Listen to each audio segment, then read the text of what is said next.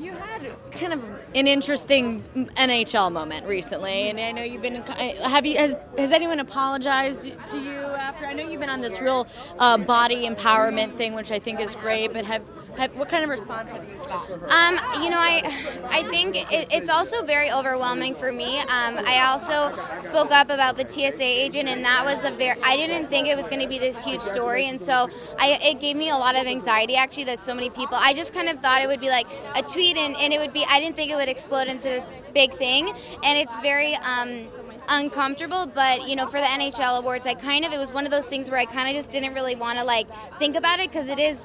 But the hockey player that mentioned it, I'm trying to he's from a different generation, and he's so much older. I think he was meaning it in the sense of I was like one of the only female presenters that were there, so I think he was trying to be like, look guys, she's strong like you too. I don't think he meant it in any kind of gross. Yeah, I don't think he meant it in a sexual way. I think he just genuinely was she's her legs are strong and she's strong and powerful just like the men. I really don't think he meant it like that. I try to give people the benefit that I was different with the TSA agent because he was just being rude.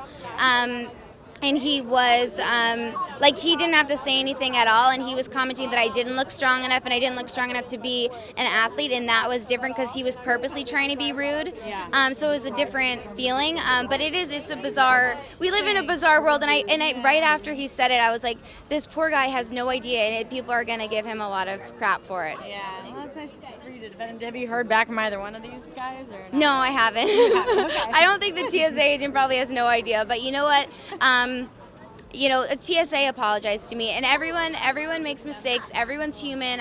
Everyone has their moments. I think it's important to talk about it. I find that people don't always like when females speak their mind, but I'm more than happy to do so because I think that female athletes, they need a voice now more than ever, and just females in general. And I love being here to celebrate the issue because it's awesome that men and women are both in it. I think it's incredible. I think all the athletes look so strong and so powerful, and that's why they're so good at their sport. And have you done the body issue before too? I did it in 2015, yeah. Okay, what was that experience like for you? Was it nerve-wracking? Was it fun, liberating? It's very nerve-wracking when you open up the internet because you see it at the same time as everyone else. So in case you don't get approval over the photos, but the photo shoot was absolutely incredible because you really do genuinely forget that you're naked, but you feel in that moment you're not worrying about what other people think, and that's hard for me. I always worry what other people think. Doing this is so nerve-wracking for me just because you're worried that people are gonna see. I was just complaining to him I was so nervous, but that's the side that people don't see. So doing this issue is kind of your way to not care.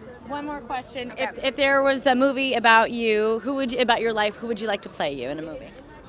Emma Watson.